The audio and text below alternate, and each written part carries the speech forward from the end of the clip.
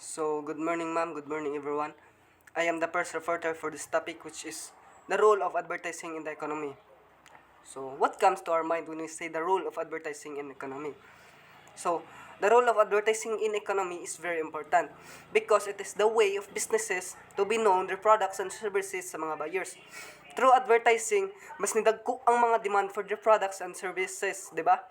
Nga mo'y hinungdan sa pagtaas og kita ug pag-create og trabaho. Furthermore, ang advertising sad is mo ni nag-spread sa mga information sa market. That's why mao ni nagtuod para mo compete sila sa uban. Ug dagko sad ni og impact sa economy so that the consumer or purchaser is ma-engage jud siya because of the new idea or new concept of that businesses. So let's proceed to their picture, which is this left side is mao ni si Kinit Arrow, din sa right side is mao ni si kanang Stigler. Mao na si Stigler. So muna si George Stigler. So, the economist Kenneth Arrow and George Stigler both had contribution to understand the role of advertising in economy. So, si Kenneth Arrow and George Stigler is mga economist ni sila nga naay mga important ka role sa economy or sa advertising in economy. So, let's proceed. So, Kenneth Arrow. Arrow's contribution is more focused on the theory of choice and market behavior.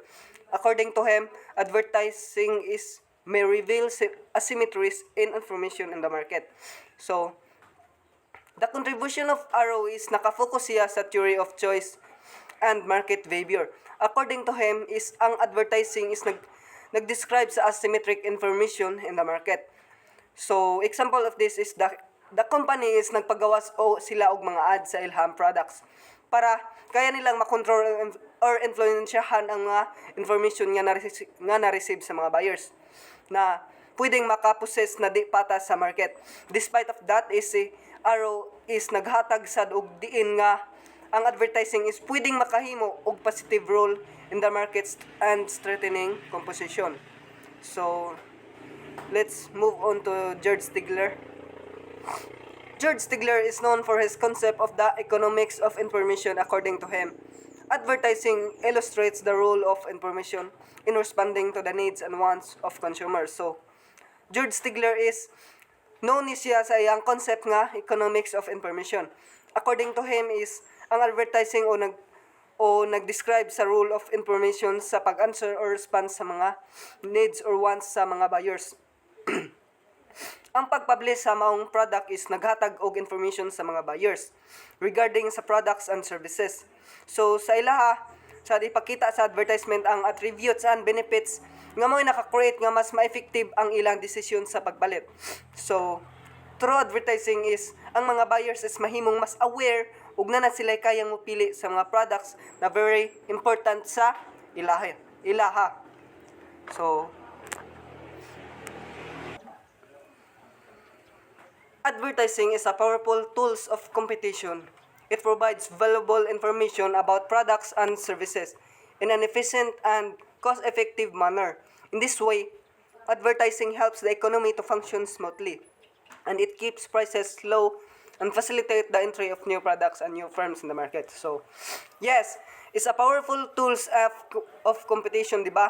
Para ma-known ang imo ang product through these tools. That's why ma-engage jud ang mga buyers kay makita na nila ang quality and appearance of your product. Advertising can help the economy para mas ma-aware sad sila through sa prices sa products ug mulow na ba siya or mo taas and mga new entry nga gi-firm sa mga market. So, advertising therefore is considered an economic stimulus that provides support throughout the economy by triggering job creation, enhanced sales, and continuity of attendant economic activities. So, advertising also is, if mag-advertise sila og mga new product or company, which is makatabang ni sila through aware sa mga taong walay job and then pag-enhance sa ilang sales para na option ang mga purchaser because ang uban purchaser diba is kanang ma-board man sila if kanang kanunay na lang kanarang nag-excess nga imuhang product nga gamiton. Dapat sad nga dapat sad nga kuantag mga mga option nga mga product para makapili sila. So, and also continuity of attendant economic activities. And that's all, ma'am. Thank you.